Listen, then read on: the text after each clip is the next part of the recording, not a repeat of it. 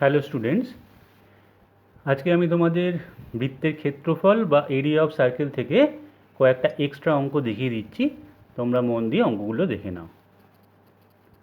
প্রথম অঙ্কটা বলছে একটি বৃত্তের ব্যাসার্ধ 7 সেন্টিমিটার, মানে রেডিয়াস 7 সেন্টিমিটার। এপিবি বৃত্তচাপ মানে আর্ক কেন্দ্রে 60 ডিগ্রি কোণ উৎপন্ন করে, মানে সেন্টারে 60 ডিগ্রি অ্যাঙ্গেল তৈরি করছে। ঠিক আছে, তা বলছে এবি জ্যা বা কর্ড এপিবি এই বৃত্তচাপের সঙ্গে যে অঞ্চলটা তৈরি করছে, মানে যেই রিজিয়নটা তৈরি করছে, তার এরিয়া বা ক্ষেত্রফল কত। ঠিক আছে, তাহলে ছবিটাকে একটু আঁকা যাক।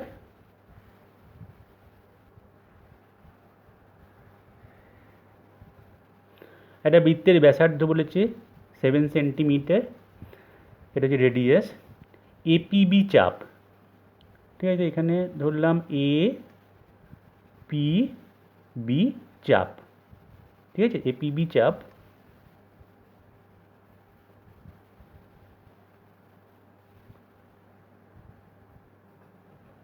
বলেছে কেন্দ্রে 60 ডিগ্রি কোণ তৈরি করছে। তো বললাম এটা 60 ডিগ্রি অ্যাঙ্গেল তৈরি করেছে কেন্দ্রে। এবার রয়েছে এ বি জ্যা, মানে এই কর্ডটা, ঠিক আছে, এই কর্ডটা এপিবি বৃত্তচাপের সঙ্গে, মানে এই যে বৃত্তচাপের সঙ্গে যে অঞ্চলটা তৈরি করছে, তাহলে এই অঞ্চলটা তৈরি করছে, এই অঞ্চলের এরিয়া বার করতে বলছে। ঠিক আছে, ধরে নিলাম যে ও কেন্দ্রীয় বৃত্তটা আছে। সার্কেলের সেন্টারটা হচ্ছে ও। তাহলে এখন দেখো ও এ আর ও বি ইকুয়াল, কারণ রেডিয়াস এটা, আর সেটা হচ্ছে 7, আমরা জানি। এবার একটা জিনিস লক্ষ্য করো যে ও এ আর ও বি যেহেতু equal, R O A B যে ট্রায়াঙ্গেলটা তৈরি হয়েছে, তো সেক্ষেত্রে এই অ্যাঙ্গেলটা আর এই অ্যাঙ্গেলটা ইকুয়াল হবে, যেহেতু এই দুটো সাইড ইকুয়াল। ঠিক আছে, তাহলে angle A O B 60 degree বলাই আছে। তাহলে 180 থেকে যদি আমরা 60 ডিগ্রি মাইনাস করে দিই, তাহলে 120 ডিগ্রি পড়ে আছে। এবার এই 120 ডিগ্রি এই দুটো অ্যাঙ্গেল ইকুয়াল অ্যাঙ্গেলে ডিস্ট্রিবিউট হচ্ছে। হ্যাঁ, কারণ এই দুটো অ্যাঙ্গেল ইকুয়াল, তাহলে সেক্ষেত্রে এটাও 60 ডিগ্রি হবে আর এটাও 60 ডিগ্রি হবে, তাই না? 120টা ইকুয়ালি ডিস্ট্রিবিউট হবে। তাহলে এবার দেখা যাচ্ছে যে ও A B ট্রায়াঙ্গেলটা, triangle O A B, এটা ইকুইল্যাটারাল ট্রায়াঙ্গেল বা সমবাহু ত্রিভুজ। কারণ কি, এর তিনটে অ্যাঙ্গেলই হচ্ছে 60 ডিগ্রি। ঠিক আছে, তাহলে এবার ইকুইল্যাটারাল ট্রায়াঙ্গেলের তার মানে এ বি সাইডটাও সঙ্গে সঙ্গে আমরা বলে দেবো যে 7 সেন্টিমিটার। যেহেতু ও এ আর ও বি 7 সেন্টিমিটার, যেহেতু রেডিয়াস, তাহলে এ বিটাও 7 সেন্টিমিটার হবে, আর ও এ বিটা একটা সমবাহু ত্রিভুজ হবে। ঠিক আছে, তাহলে এবার আমাকে বার করতে বলেছে যে এই যে সেট করেছি রিজিয়নটা, তার এরিয়া। তাহলে এখন দেখো, আমরা যদি এখানে যে বৃত্তকলাটা তৈরি হয়েছে, ও এ পি বি ও, এই জায়গাটা, এই বৃত্তকলাটার যদি ক্ষেত্রফল বার করে সেখান থেকে ত্রিভুজের ক্ষেত্রফলটা বাদ দিয়ে দিই, তাহলেই আমরা কিন্তু এই জায়গাটার ক্ষেত্রফল পেয়ে যাব। ঠিক আছে, তাহলে ফার্স্টে আমাকে এই বৃত্তকলাটার ক্ষেত্রফল বার করতে হবে। এবার আগেও অঙ্কে বলেছি যে অ্যাঙ্গেল যদি 60 ডিগ্রি হয়, তাহলে এইখানে যে এরিয়াটা তৈরি হচ্ছে, মানে এই বৃত্তকলাটার এরিয়াটা, এই গোটা বৃত্তটার ক্ষেত্রফলের 1/6 হবে, যেহেতু 60 ডিগ্রি অ্যাঙ্গেল আছে, কারণ পুরোটা হচ্ছে 360। হ্যাঁ, তাহলে এখানে 60 ডিগ্রি, তাহলে 1/6, 360কে যদি আমি 60 দিয়ে ডিভাইড করি, তাহলে এটা 6 হচ্ছে। তার মানে তখন আমাকে এরিয়াটা বার করতে গেলে কী করতে হবে, 1/6 অফ টোটাল যে সার্কেলটার এরিয়া, সেটা মাল্টিপ্লাই করতে হবে 1/6 ইন্টু সার্কেলের এরিয়া। তাহলে এটা পাই ইন্টু আর হচ্ছে এখানে 7, তাহলে পাই ইন্টু 7 স্কোয়ার। হ্যাঁ, ঠিক আছে, তাহলে 1/6 ইন্টু পাই ইন্টু 7 স্কোয়ার আমি পেয়ে গেলাম এই ও এ পি বি ও, এই বৃত্তকলাটার ক্ষেত্রফল। তো এখান থেকে আমাকে মাইনাস করতে হবে কোনটা, না ও এ বি ট্রায়াঙ্গেলের এরিয়া। তো সেটা একটা ইকুইল্যাটারাল ট্রায়াঙ্গেল বা সমবাহু ত্রিভুজ, তাহলে তার ক্ষেত্রফলের ফর্মুলা হচ্ছে √3/4, √3/4 ইন্টু সাইড স্কোয়ার 7 স্কোয়ার। তাহলে এটা যেটা হবে এত বর্গ সেন্টিমিটার। ঠিক আছে, এবার এই ক্যালকুলেশনটা তোমরা নিজেরা করে অ্যান্সারটা দেখবে কত আসছে। হ্যাঁ, তাহলে আশা করি বোঝা গেছে জিনিসটা। আমাকে এই বৃত্তকলাটার ক্ষেত্রফল থেকে ত্রিভুজের ক্ষেত্রফলটা মাইনাস করে দিতে হলো। তাই আমি বলে দিয়েছি যে এবি যেটা, এই যে কর্ডটা, এপিবি এই যে বৃত্তচাপ বা আর্কের সঙ্গে যে অঞ্চলটা তৈরি করলো, মানে এই যে সেট দিয়েছি অঞ্চলটা, তার এরিয়াটা পেয়ে যাব। ঠিক আছে, তাহলে নেক্সট অঙ্কটা যাই, ওটা তোমরা ক্যালকুলেশানটা করে নেবে। তা 2 নম্বর অঙ্কটা দেখো, একটা ছবিও দেওয়া আছে আর এখানে কিছু ইনফরমেশান দিয়েছে। বলেছে একটা বৃত্ত দেখা যাচ্ছে এখানে, এই বৃত্ত এ বি মানে ডায়ামিটার বা ব্যাস, সেটা বলে দিয়েছে 6 সেন্টিমিটার। ঠিক আছে, আচ্ছা, আরেকটা ইনফরমেশান দিয়েছে যে AC equal to CD equal to DB. তার মানে এ বিটা 3টে ইকুয়াল পার্টে ভাগ হয়েছে। তার মানে এখানে আমরা বলতেই পারি যে AC equal to CD equal to DB equal to 6/3 মানে 2। মানে এসিটাও 2 সেন্টিমিটার, সিডিটাও 2 সেন্টিমিটার, আর ডিবিটাও 2 সেন্টিমিটার। ঠিক আছে, এবার বলেছে এসির মিড পয়েন্ট হচ্ছে ই, এখানে ই আছে একটা, এসির মিড পয়েন্ট। ই আর ডি বলেছে, ই আর ডি এই কেন্দ্র বিশিষ্ট দুটো অর্ধবৃত্ত। আচ্ছা, ইকে কেন্দ্র করে একটা হাফ সার্কেল এরকম এঁকেছে, আর ডিকে কেন্দ্র করেও একটা এরকম অর্ধবৃত্ত আঁকা হয়েছে। তো বলেছে রেখাঙ্কিত অঞ্চল, মানে এই যে সেট দেওয়া হয়েছে এই অঞ্চলটার এরিয়া বার করতে বলেছে, মানে এই রিজনটার এরিয়া আমাকে বার করতে হবে। ঠিক আছে, যেখানে পাইয়ের ভ্যালুটা 3.14 ইউজ করতে বলছে। তাহলে দেখো, ফার্স্টে আমরা একটা কাজ করতে পারি, যে বেশি জায়গাটার এরিয়াটা আমি বার করে নিই, এই জায়গাটা, পরে এইটুকু পার্ট বার করব, যোগ করে দেবো। তো এইটুকু পার্ট আমি কি করে পাবো? আমি যদি এই যে অর্ধবৃত্তটা, তার ক্ষেত্রফলটা থেকে এইখানে যে অর্ধবৃত্ত সাদা পোর্শনটা যদি বাদ দিয়ে দিই, তাহলে আমি কি পাবো? আমি এই জায়গাটা পেয়ে যাব, তাই না? ঠিক আছে, তাহলে এইটুকু জায়গাকে বার করবো কী করে? দেখো, আমি এই যে অর্ধবৃত্তটা, তার এরিয়াটা হবে পাই ইন্টু, এই অর্ধবৃত্তের ব্যাসটা বলা আছে 6 সেন্টিমিটার, তাহলে ব্যাসার্ধটা কত হবে? 3 সেন্টিমিটার। এখান থেকে এটা 3 হবে, তাহলে পাই ইন্টু 3 স্কোয়ার, এটা হচ্ছে গোটা বৃত্তটার ক্ষেত্রফল পেয়ে গেলাম। ঠিক আছে, এই গোটা বৃত্তটা কিন্তু আমার দরকার শুধু এইটুকু পোর্শন, তাকে আমি 2 দিয়ে ডিভাইড করে দিলাম, তাহলে আমি পুরো এই অর্ধবৃত্তটার এরিয়া পেয়ে গেলাম। ঠিক আছে, তাহলে এই এরিয়া থেকে আমাকে এই সাদা পোর্শন মানে এই অর্ধবৃত্তটা বাদ দিতে হবে।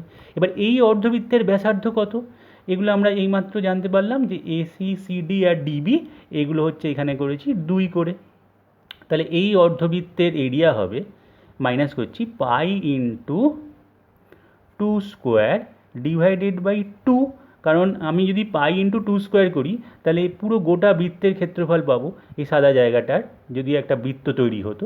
তো আমার লাগবে শুধু অর্ধবৃত্তটা, তাই জন্য তাকে আমি 2 দিয়ে ভাগ করেছি। তাহলে এখন আমি কোনটুকুর পোর্শন পেলাম? এইটা থেকে আমি এই সাদাটা বাদ দিয়ে দিয়েছি, তাহলে আমি এখন এই জায়গাটা পাচ্ছি, এই জায়গাটা। ঠিক আছে, তাহলে এটার সঙ্গে আমাকে অ্যাড করতে হবে এইখানে যে নিচের পোর্শনটা। এবার এটাও তো একটা অর্ধবৃত্ত, ঠিক আছে, এটা অর্ধবৃত্তর ক্ষেত্রফল বার করতে হবে। তাহলে এখানে আমি দেখে নিচ্ছি অর্ধবৃত্তটার ব্যাস কত আছে, এটা হচ্ছে এসি বলা আছে 2, তাহলে ব্যাসার্ধ এই বা ইসি সেটা 1 হবে। ঠিক আছে, তাহলে এটা হবে পাই ইন্টু 1 স্কোয়ার, করলে আমি পুরো বৃত্তটা পাবো, কিন্তু আমার লাগবে অর্ধবৃত্তটার এরিয়া, তাহলে তাকে আমি 2 দিয়ে ডিভাইড করে দেবো। এটা যোগ করা হয়েছে, তাহলে আমি এই পোর্শনটা আর এই পোর্শনটা পেয়ে যাচ্ছি। তা এইটাই হবে আমাদের অ্যান্সার, এত বর্গ সেমি। তোমরা শুধু পাইয়ের ভ্যালু 22/7 বসিয়ে নেবে, নিয়ে কাটাকাটি করে দেখবে কত অ্যান্সার আসছে। আর পাইয়ের ভ্যালুটা এখানে 22/7 না বসে এখানে 3.14 বসিয়ে দেবে, কারণ অঙ্কটায় বলেই দিয়েছে 3.14 বসাও পাইয়ের জায়গায়, এত স্কোয়ার সেন্টিমিটার অ্যান্সার আসবে। তুমি আমাকে জানাবে যে কত স্কোয়ার সেন্টিমিটার অ্যান্সার এলো। আশা করি ব্যাপারটা ধরতে পেরে গেছো, এবার শুধু ক্যালকুলেশন। নেক্সট অঙ্কটাই যাই। 3 নম্বর অঙ্কটা বলেছে, দেখো বলেছে কি, এবিসির একটা রেক্ট্যাঙ্গেল বা আয়তক্ষেত্র, যেখানে এবিটা 14 সেন্টিমিটার আর বিসিটা 7 সেন্টিমিটার বলা আছে, তার মানে ডিসিটাও 14 আর এডিটাও 7। এ বলেছে এডি বিসি আর সিডিকে, এডিকে বিসিকে আর সিডিকে ডায়ামিটার করে বা ব্যাস করে 3টে অর্ধবৃত্ত অঙ্কন করা হয়েছে। এদিকে একটা, এদিকে একটা আর এদিকে একটা। ঠিক আছে, দেখা যাচ্ছে ছবিতে। তাহলে রেখাঙ্কিত অঞ্চলের ক্ষেত্রফল নির্ণয় করতে হবে। তার মানে যেটুকু জায়গা আমি সেট দিয়েছি সেইটুকু জায়গার এরিয়া।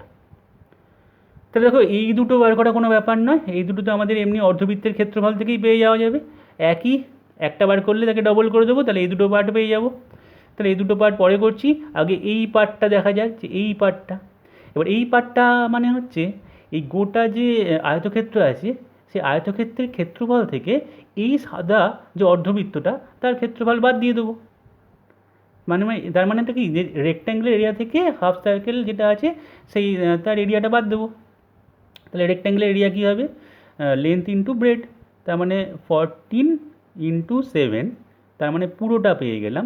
এর থেকে সাদা পোর্শানটা বাদ দেবো, মাইনাস পাই ইন্টু, এবার এই সাদা পোর্শানে যে অর্ধবৃত্তটা আছে তার ব্যাসার্ধ কত হবে, এখান থেকে এটা 14, তাহলে এখান থেকে এটা 7 হবে, তাহলে পাই ইন্টু 7 স্কোয়ার।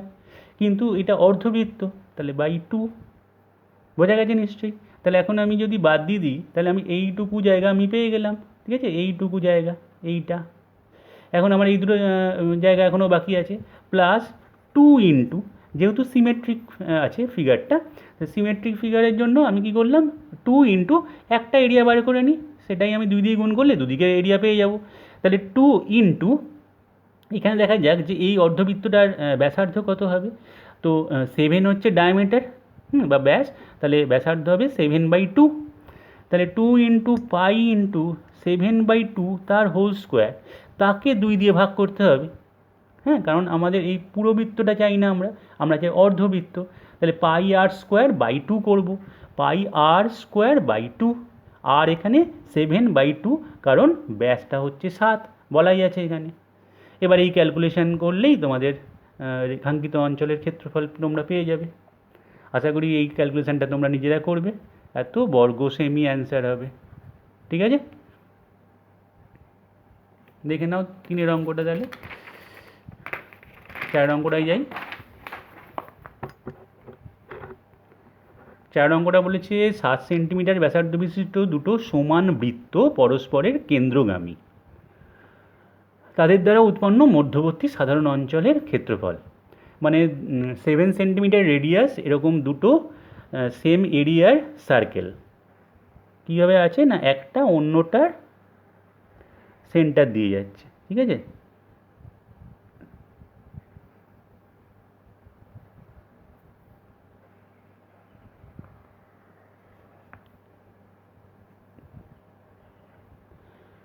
এরকম ছবি ধরো, একই এরিয়ার দুটো সার্কেল আছে, যে মানে এই সার্কেলটা এই সার্কেলের সেন্টার দিয়ে যাচ্ছে, আবার এই সার্কেলটা এই সার্কেলের সেন্টার দিয়ে যাচ্ছে, আর একটু এদিকে হলে ভালো হতো। হ্যাঁ, ঠিক আছে। তো তাদের দ্বারা উৎপন্ন মধ্যবর্তী অঞ্চল, তার মানে কি এই দুটো সার্কেল দিয়ে সার্কেলের মধ্যে যে কমন পার্টটা সেটা এই জায়গাটার এরিয়া আমাকে বার করতে হবে, ঠিক আছে।